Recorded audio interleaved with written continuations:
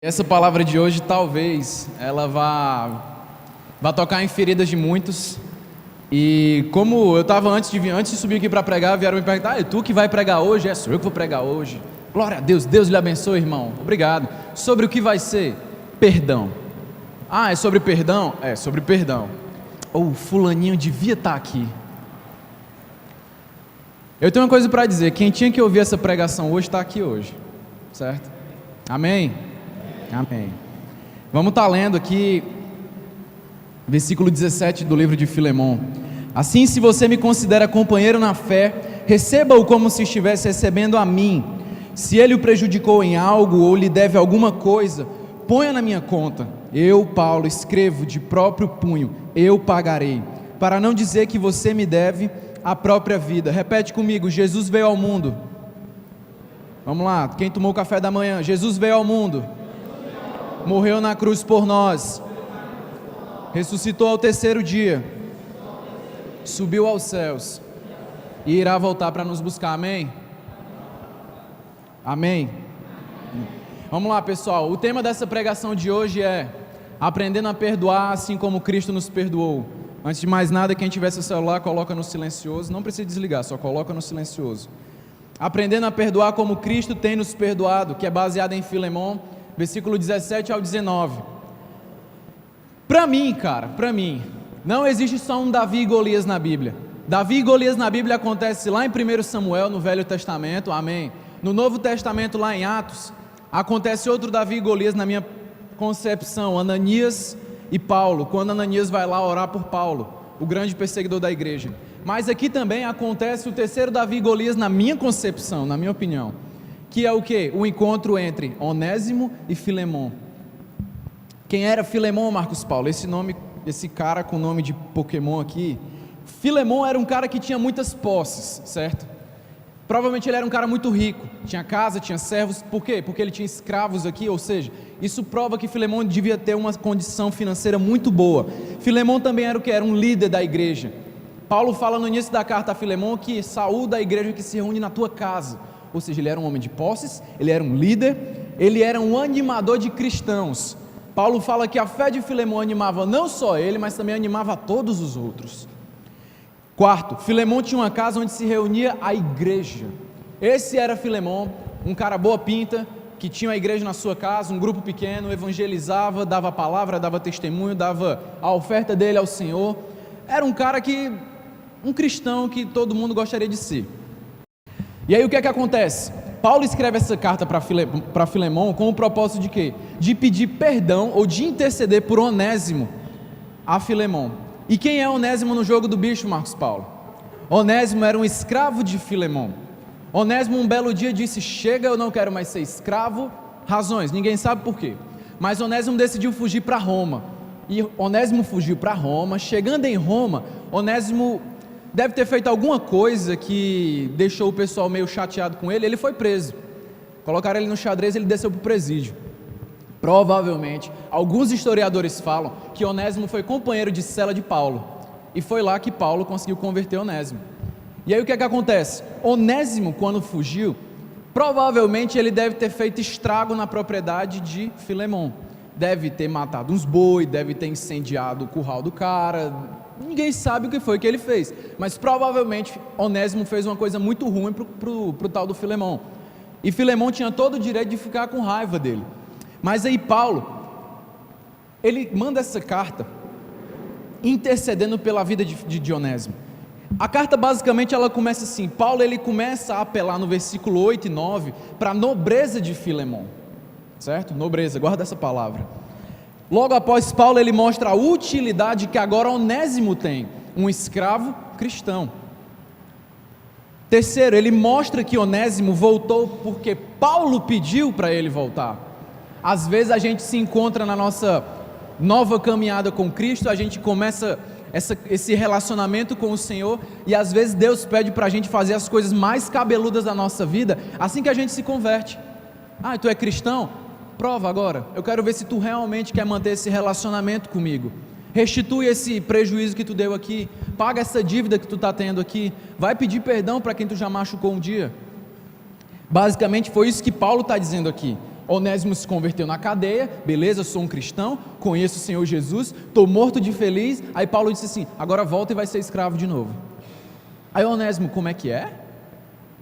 Escravo de novo? Sim. Você quer fazer o que é certo ou você não quer fazer o que é certo? Não, eu quero fazer o que é certo, então volta. Mas ele vai me matar, ele vai botar um F na minha testa aqui de fugitivos, como os romanos faziam antigamente, mas você vai voltar. Eu vou escrever uma carta aqui para Filemão e a gente vê no que é que dá. O Senhor que dá, que te salva e te leva para o reino eterno, vai cuidar disso também. E mais uma vez Paulo, ele apela no versículo 14 para a nobreza de Filemão. Olha aí, nobreza mais uma vez. Quinto, ele eleva mais uma vez o nível de Onésimo.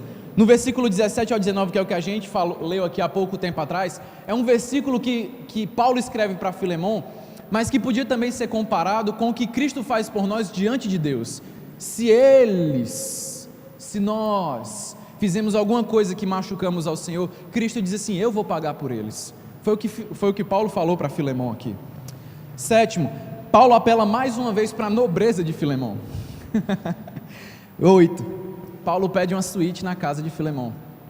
Está dizendo assim: Filemão, guarda aquele quarto lá que tem banheiro com chuveiro quente, a banheira, porque eu vou me hospedar aí, porque eu estou saindo da cadeia e eu quero pregar mais uma vez nessa tua cidade, que provavelmente era Filipos. Aí a gente se pergunta: Filemão perdoou?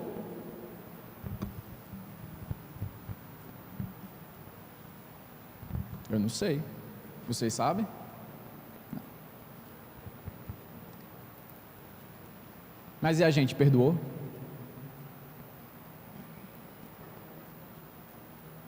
Que a gente lembre de uma coisa: pedir perdão significa nobreza da nossa parte. Nobreza. E como sempre o Marcos Paulo ele faz, a gente vai ver alguns passos aqui, alguns degraus que a gente sobe, algumas coisas, alguns pontos que, primeiro, vão ser razões que não me permitem perdoar. Essas razões normalmente, eu fiz uma pesquisa delas aqui, normalmente são elas que não nos permitem pedir perdão ou liberar o perdão para as pessoas, certo? Primeira coisa que não nos permite perdoar, quem quiser anotar, anota.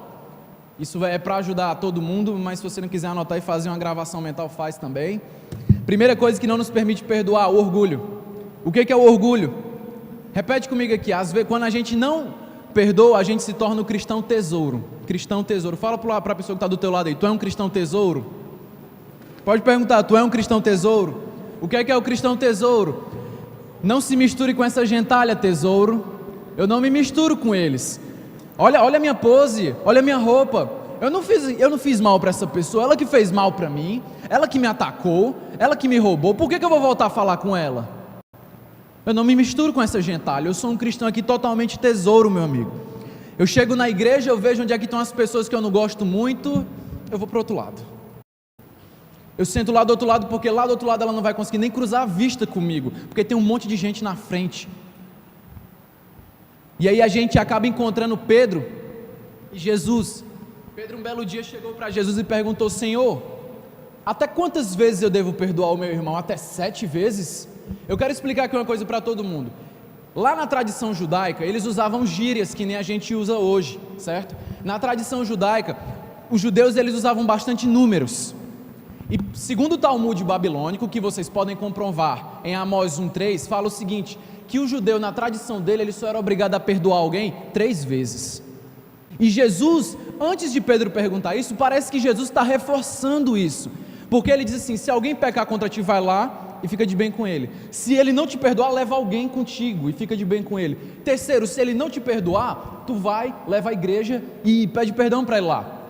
Se ele não perdoar, deixa quieto isso aí. Então Jesus parece que está reforçando essa teoria de que só podia pedir perdão 3 vezes. Só que aí Pedro, querendo dar uma de bichão, querendo dar uma de, como a gente fala aqui no Ceará, de amostrado, chegou e disse assim: Senhor, até quantas vezes eu devo perdoar? Até 7? 7, para quem não sabe, é o número da perfeição para o judeu. Aí Jesus, que é um cara altamente, porque foi um ser humano altamente profundo, ele pega e diz o seguinte: Pedro, até 7 não, Pedro, até 70 vezes 7. O que é que significa isso? Isso, na gíria dos judeus, significa o quê? Quando você vai falar aqui no Brasil que o cara é o camisa 10, significa que ele é o melhor do time, não é verdade? Quando você diz assim, eu tirei 10 na prova, significa que você tirou a nota máxima, não é verdade? Quando você diz assim, hoje é dia 13, supersticiosos vão dizer que é o dia do azar, não é verdade? Para o judeu, quando ele multiplicava alguma coisa, ele estava querendo dar um superlativo, 70 vezes 7, ou então 144 mil, é o povo de Deus elevado ao superlativo, ao perfeitíssimo. Não é até 7 vezes, é da forma perfeita. Segunda coisa que não nos deixa perdoar, os argumentos. Engraçado que quando a gente não quer perdoar alguém, a gente começa a dar argumento, né? Ela me xingou, ela falou mal de mim, disse que meu cabelo estava um bagaço, disse que meu perfume não era cheiroso, que eu não sou um bom profissional, que eu fedo, enfim. Ele falou muita coisa de mim, eu não vou perdoar ele, eu não vou lá, eu não vou me humilhar. O engraçado é que quando a gente não quer perdoar, aparecem milhões de argumentos, mas na hora de evangelizar não aparece um, cara. Não aparece um.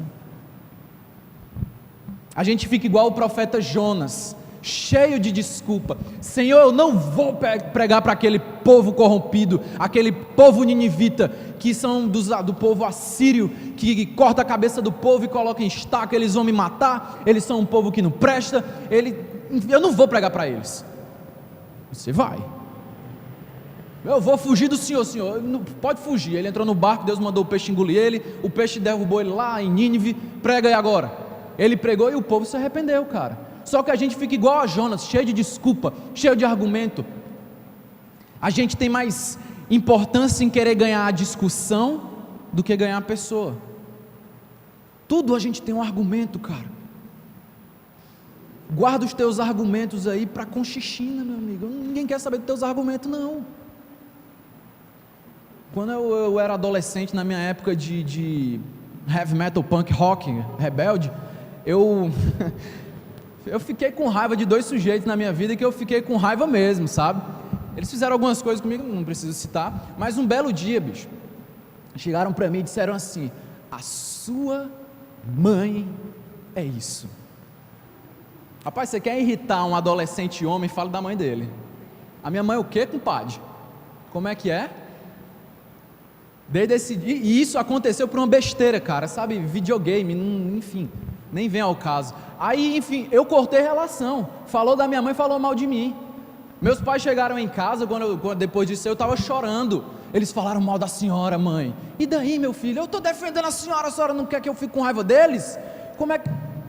Eu fiquei com raiva, eu sou uma pessoa bem emotiva, então...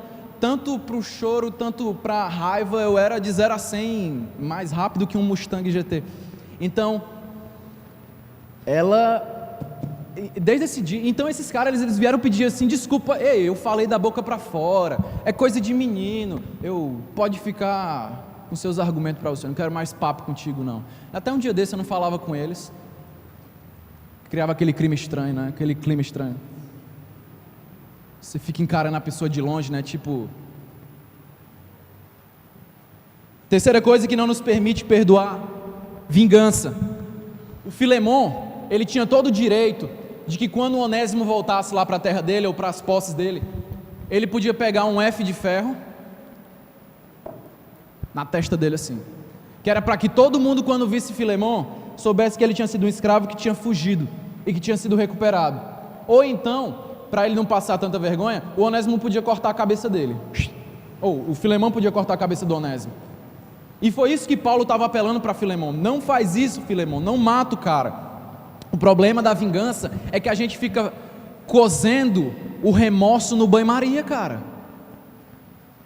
A gente fica cozendo ele muito tempo. A gente vai dormir, aí fica na cabeça: meu Deus do céu, essa pessoa não é educada, ela não é uma pessoa que merece o meu respeito. Senhor, tu está vendo, Senhor, os meus perseguidores?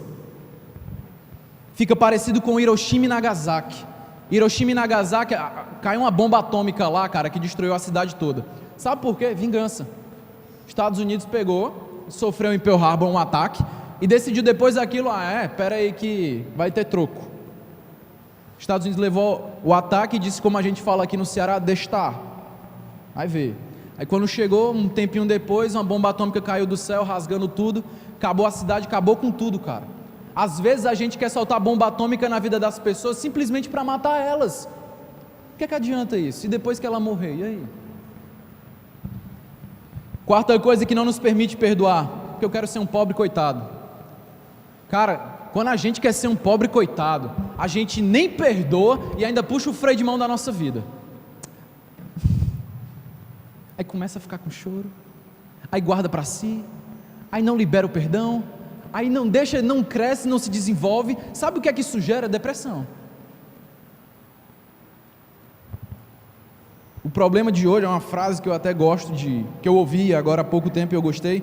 O problema do mundo hoje é que os sábios estão em crise e os mundanos estão em perfeita alegria.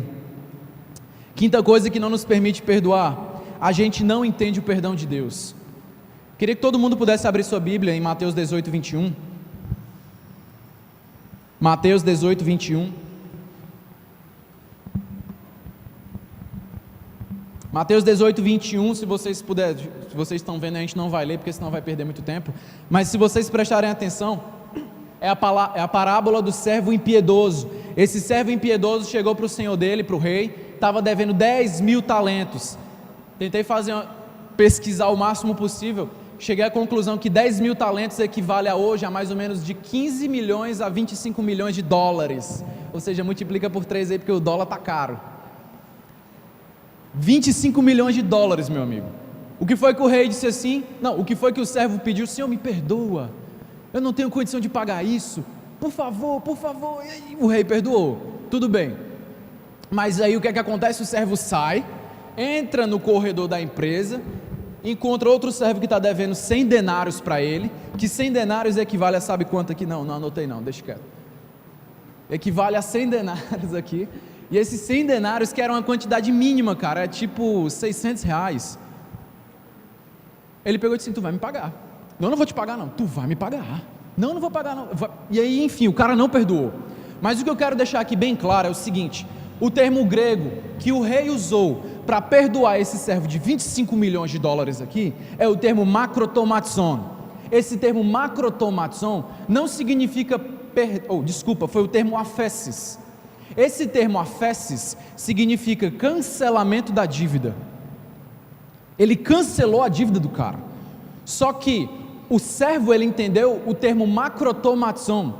Por isso que ele foi atrás do outro servo para cobrar 600 conto. Sabe o que é que significa makrotomatson? É simplesmente um prolongamento do prazo da dívida. O servo impiedoso entendeu que o rei estava dando para ele mais prazo para ele pagar, quando o rei tinha dito assim: eu cancelei tua dívida, e tu está cobrando outro. Aí Jesus acaba dizendo o quê? Assim como Deus perdoou vocês, vocês têm que perdoar os outros. Se Deus cancelou a dívida de vocês, cancelem a dívida dos seus devedores também. Amém. Nessas pregações sobre perdão a gente escuta poucos améns, né? Mas vamos lá. Lá em Coríntios fala o seguinte, que só o fato de termos causas entre nós já é razão de derrota.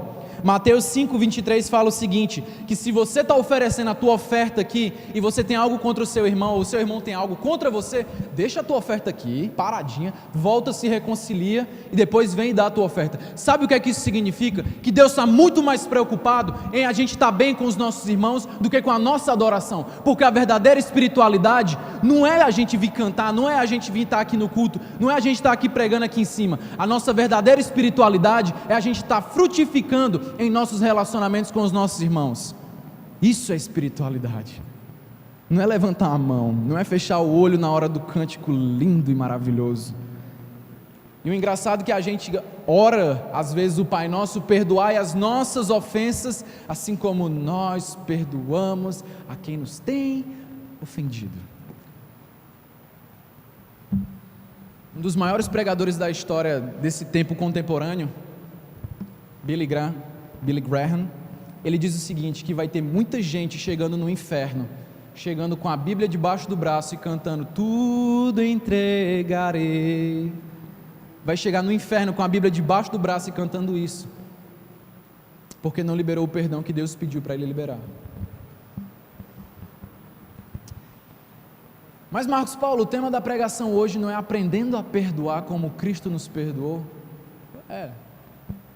Por isso eu preparei agora alguns degraus que a gente vai estar subindo para a gente aprender a perdoar a gente. Não só eu, todo mundo vai ter que perdoar, certo? Um dia ou já perdoou, ou pedir perdão. Por que são degraus, Marcos Paulo? Por que são degraus, Marcos Paulo? Porque perdoar não é fácil. Porque pedir perdão não é fácil. O primeiro degrau que a gente tem que subir para a gente aprender a perdoar como Cristo perdoou a gente: assumir a raiva, assumir o pecado, assumir o mal. Eu assumo a minha raiva. A gente aprende uma coisa no livro, na Bíblia, que é o seguinte: a raiva ela não pode ir para a cama. Não deixe o sol se pôr sobre a tua ira. O seu corpo ele mostra que a raiva está dentro de você por meio das doenças que você tem. Tiago 5,16 fala: confesse os seus pecados para que você seja curado do que você sofre. Lá em casa, eu sou uma pessoa que gosta de pedir perdão até pelo espirro que eu dou, certo? E em relacionamento marido e mulher, você erra muito, você acerta muito, mas toda vez que eu errava, eu gostava de pedir perdão. Desculpa, para falar a verdade. Eu disse: Nanda, desculpa. E 2 minutos depois eu errava: desculpa também. E aí depois: desculpa, por favor, desculpa. Tu me desculpa. E eu só aceito a desculpa dela se olhar lá no meu olho e começar a sorrir. Desculpa, desculpa. Sabe o que é que isso significa? Que um dia a Fernanda ficou de saco cheio de mim e disse o seguinte: por que tu está pedindo desculpa para mim? O que foi que tu fez? Não, eu errei. O que foi que você errou? Não, eu deixei a toalha em cima da cama. Aí ela: certo. Aí ela disse assim: toda vez que você for pedir desculpa agora, você me diga pelo que você está pedindo desculpa, e deixa de ficar pedindo desculpa pelo vento. Aí eu: tá bom, sim senhora. Hoje em dia eu tenho que dizer o porquê que eu estou pedindo desculpa. Eu tenho que assumir o meu erro, porque enquanto eu só pedir desculpa pelo vento, não vai doer nada, cara. Eu estou só jogando palavra fora. A gente tem que saber pelo que a gente está pedindo desculpa. A gente tem que assumir o nosso erro. A gente tem que assumir o nosso pecado. A gente tem que aprender, o segundo degrau que a gente tem que subir aqui, a gente tem que aprender a perder. Perdoar é perder. Perdoar é perder. Calar e ser manso é prova de maturidade em relacionamentos. Não significa maturidade na vida, mas calar e ser manso é prova de maturidade em relacionamentos. O perdão não é coisa de quem está certo ou não. O perdão é coisa de cristão. Se a gente não perdoa, a gente está negando aquilo que Cristo fez pela gente. A gente se chama cristão, não é? É, cristão. Se nós somos cristãos, nós temos que seguir o melhor exemplo de Cristo, que foi o quê? Ele desceu do céu e perdoou a gente por meio do seu sacrifício na cruz, por meio da nossa fé nele. Mas deixa eu dizer o seguinte: nós éramos inimigos dele. Você tem inimigos na sua vida? Pode ter algumas pessoas que você não gosta ou não gostam de você, mas nós éramos inimigos de Deus, e nós sendo inimigos dele, ele chegou, desceu e disse: eu vou perdoar vocês, eu vou dar o prazer de vocês serem meus amigos. Foi isso que ele fez, e muitas vezes a gente nega isso. 1 Pedro fala que o casal brigado, a primeira coisa que estremece em casa é a oração. Ou seja, se o casal está brigado, a oração não passa nem do teto, meu amigo. Segundo, o filho que amaldiçoa pai e mãe aniquila a luz da vida, Provérbios 20:20. Quando nós acabamos de ganhar a confiança, quando nós perdemos a confiança das pessoas, a gente tem que tentar pelo menos pedir desculpa. Eu quero ganhar a tua confiança de novo. Teve uma época da minha vida também que eu briguei com a Nanda, não estou querendo usar ela aqui demais, mas teve uma época que foi muito séria para a gente, porque a gente brigou, a gente acabou, e culpa minha, desse que vos fala aqui, e depois a gente voltou. Mas sabe o que é que acontece? Cara, tu nunca fere a confiança de uma mulher. No dia que tu ferir a confiança de uma mulher, para tu reconquistar, é osso, é um conselho para vocês homens aqui: não percam a confiança da sua esposa, porque para reconquistar, dói demais. E nesse dia que eu perdi a confiança dela, sabe o que foi que ela fez? Nada. Ela só disse: eu te aceito, beleza. Mas só que alguma coisa queimava dentro de mim, dizendo: eu tenho que ganhar a confiança dela de novo. A gente namorou à distância 5 anos, vocês acham que isso não está baseado num relacionamento de confiança? Não ia para frente nunca. Então eu comecei a dar provas para ela de que ela podia confiar em mim. Eu quero tua confiança. Eu errei, eu perdi, eu perco, foi tudo culpa minha, eu assumo. Eu quero ficar bem com você. Você é muito mais importante do que as minhas opiniões e os meus argumentos. A gente tem que aprender a perder. Terceiro degrau que a gente tem que aprender a subir para aprender a perdoar. A gente tem que entender que perdoar é saudável. É o que, Marcos Paulo? É saudável. Por que é saudável? Eu vou dar uma explicaçãozinha aqui bem rápida para você, já que eu não sou médico, eu não sou nada. Eu vou falar de pesquisas aqui, eu acho que isso fala melhor do que qualquer argumento meu. Na Universidade da Califórnia de Los Angeles, UCLA, eles fizeram uma pesquisa em todos os hospitais da Califórnia, de Los Angeles, e descobriram o seguinte: 75% das pessoas que estavam lá dentro do hospital, 75% tinham problemas pessoais. 90% desses problemas pessoais era falta de perdão. O PhD Fred Huskin, de Harvard, a maior universidade do mundo, ele fez uma pesquisa, ele é PhD, ele não só fez uma pesquisa, mas ele tem toda uma tese em relação a isso, e ele defende, é comprovado isso, que não perdoar é maléfico à saúde. Segura aí, segura, eu vou dizer para vocês aqui o que é que perdoar, não perdoar, gera na nossa vida, certo? Para falar a verdade, vou explicar primeiro o que é que ele disse aqui, desculpa. Ele fala o seguinte, que carregar a bagagem da falta de perdão é tóxico.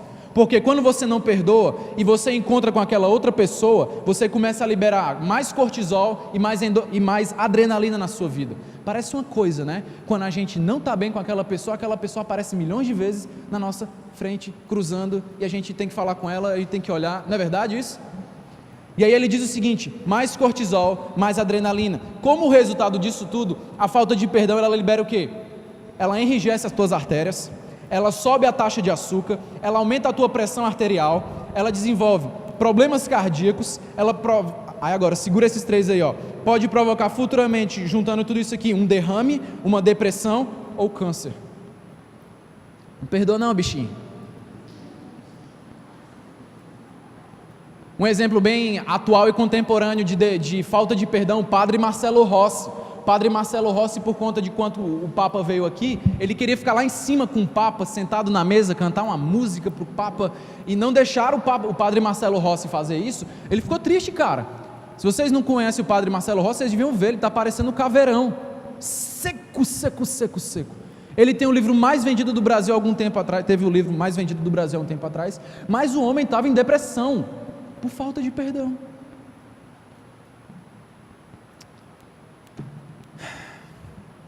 Provérbios fala que enquanto nós não o salmista Davi fala que enquanto eu não confessei o meu pecado, os meus ossos secaram. Osteoporose, né? Mais uma doença. Quarto degrau que a gente tem que subir para aprender a perdoar. A gente tem que procurar entender o porquê do outro ter feito aquilo com a gente. Exemplo bem simples aqui. O Jason. Quem conhece o Jason dos filmes de terror aqui? Sexta-feira 13. Eu não gosto de filme de terror, mas na minha família tem pessoas que gostam de filme de terror e eu tinha que assistir ou ouvir falar do Jason. O Jason, ele teve uma infância, cara, super cheia de trauma. E esses traumas na vida do Jason resultaram no quê? Que quando ele cresceu, ele queria descontar em todo mundo isso, ficando debaixo do lago, e quando dava meia-noite ele saía incrivelmente com uma faca e uma serra elétrica na mão, matando todo mundo. Isso se chama o quê? Desaguar nos outros os meus traumas. A síndrome do Jason está em muitas pessoas hoje. Às vezes a gente sofre traumas na infância que resultam em comportamentos hoje que são modo defensivo da pessoa sobreviver. Ou então outro, quem assistiu Malévola aí? Malévola, só 3, 4. Vocês não assistem filme não, né? Não assistem não. Malévola, a Malévola é aquela lá que tem as asas pretas, aí a negada corta as asas da Malévola, ela fica com ódio daquilo, porque foi a pessoa de confiança dela, que cortou a asa dela, e aí a Malévola ela começa a se vestir de preto e começa a assombrar a galera, mas aquilo simplesmente é um modo de defesa dela, para que ninguém venha fazer mal, nem para ela e nem para o reino dela. Tá bom? Depois vocês assistem a Malévola, aí vocês vão entender o que eu estou falando. Eu estou vendo que vocês estão com a cara meio assim. Mas o que é que eu estou querendo dizer com tudo isso? Analisa os teus traumas do passado, vê o que isso está resultando na tua vida, Não deixa isso te dominar. Você é lavado no sangue de Jesus. Você domina isso. Nada nesse mundo te separa de Deus. Então nada nesse mundo também, por tabela, pode te dominar. Só te domina se tu quiser. Quinto degrau que a gente tem que subir para poder aprender a perdoar: orar pela pessoa que te machucou. Quem ora aqui pela pessoa que te machucou? Você tem que orar a gente tem que orar pela pessoa que machuca a gente. Sabe por quê? Espiritualidade não é a gente orar de olho fechado e sentir o Espírito entrando na traqueia e indo para o pulmão. Não, isso não é espiritualidade. Espiritualidade, como Jesus fala, é transbordar isso na nossa vida, no nosso dia a dia, porque pessoas são mais importantes que coisas. Isso é espiritualidade. Deus diz o seguinte: eu estou pouco me lixando para a tua adoração, enquanto tu não estiver bem nos teus relacionamentos. Volta lá e se ajeita. Volta lá para tu oferecer um sacrifício que seja agradável ao Senhor. Lá no Velho Testamento, os reis, quando iam oferecer jejum ou fazer qualquer coisa, ele disse: esse teu sacrifício, esse teu jejum subiu como o cheiro do lixão, cara, porque nada do que tu está fazendo faz jus ao nome de cristão na tua vida ou de servo do Senhor, porque os teus relacionamentos fedem na minha frente. Às vezes a gente quer andar na vida espiritual e a gente puxa o freio de mão da espiritualidade. A falta de perdão é o freio de mão que segura a gente. Vai tentar subir uma ladeira lá da beira-mar com o freio de mão puxado para tu ver. O carro morre. Sexto degrau que a gente tem que subir para aprender a perdoar. Esse é o último. Agir. Agir. O técnico de futebol americano Bob Louser, lá do estado da Califórnia, porque ninguém joga futebol americano aqui, né? Aí joga, agora estão jogando. Mas esse técnico de futebol, ele foi conhecido porque ele treinava uma escola chamada De La Salle. Essa escola hoje, ela faz parte dos comerciais mais importantes dessas patrocinadoras de artigo de material esportivo. E essa escola, ela ficou conhecida como a maior série de vitórias seguidas. Esse time venceu 151 vezes seguidas, cara. Dá um total de mais de 12 anos de vitória. 12 anos sem perder. 12 anos sem perder. O discurso dele era baseado, sabe no quê? Ele dizia o seguinte nas preleções dele: eu não quero que vocês sejam perfeitos dentro do campo. Eu não quero que vocês sejam perfeitos dentro do campo. Agora eu quero o esforço perfeito de vocês. O esforço perfeito a gente pode prometer. A perfeição nunca. O esforço perfeito dá para prometer. Eu posso dar o meu melhor. Que o perdão, que a falta de perdão, ou que a falta de reconciliação, ela não venha por falta de ação sua ou minha. Que a falta de reconciliação, ela possa vir pela dureza do coração do outro, mas não pela minha. Quando a gente não pede perdão, ou quando a gente não tem a coragem de pedir perdão, a gente é um covarde. Desculpa dizer isso, mas a gente se torna um covarde. Mas Marcos Paulo, você não me entende. Essa pessoa faz isso comigo 1000 vezes seguidas. Então, meu irmão, você tem que ser um pouco mais maduro para entender que essa pessoa não é madura, para poder agir com ela com maturidade e mostrar para ela como é que se age, como um verdadeiro cristão age, com atitude de respeito, às vezes com silêncio, mas sempre agindo como Cristo agiria. Tem uma coisa para dizer para vocês: se o John Lennon pediu perdão por ter falado mal de Jesus, se o baterista do Red Hot Chili Peppers pediu perdão à torcida do Flamengo, se o Obama pediu perdão essa semana agora porque 2 reféns morreram, por que vocês acham que vocês não vão pedir perdão? O Obama, o cara mais poderoso do mundo, presidente do United States of America, pediu perdão, assumiu total o erro da morte daqueles 2 reféns lá no Oriente Médio lá. Ele pediu perdão. Ele foi culpado dos caras terem sido sequestrados? Ele foi culpado do pessoal ter sido morto? Ele foi culpado disso? Ele era o chefe da operação militar? Não. Ele era o presidente da operação militar, é óbvio, dos Estados Unidos. Ele não tinha nada a ver diretamente com aquilo, mas ele foi pedir perdão e assumiu o erro. Eu fiz isso aqui, foi culpa minha. Eu assumo. Boto nas minhas costas que eu assumo.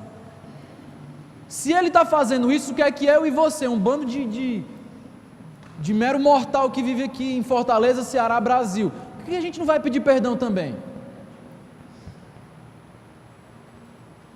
O silêncio e atitudes de respeito, elas mostram muito mais do que palavras muitas vezes.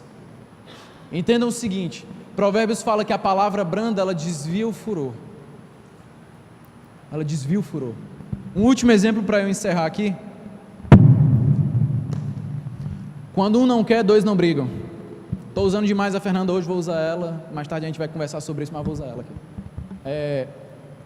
Tem vezes que eu estou chateado, cara, que eu estou com raiva, porque tem certas coisas que me irritam. Eu sou um ser humano, eu sou carne e osso, tem sangue correndo nas minhas veias. Isso me irrita às vezes. O quê, por exemplo?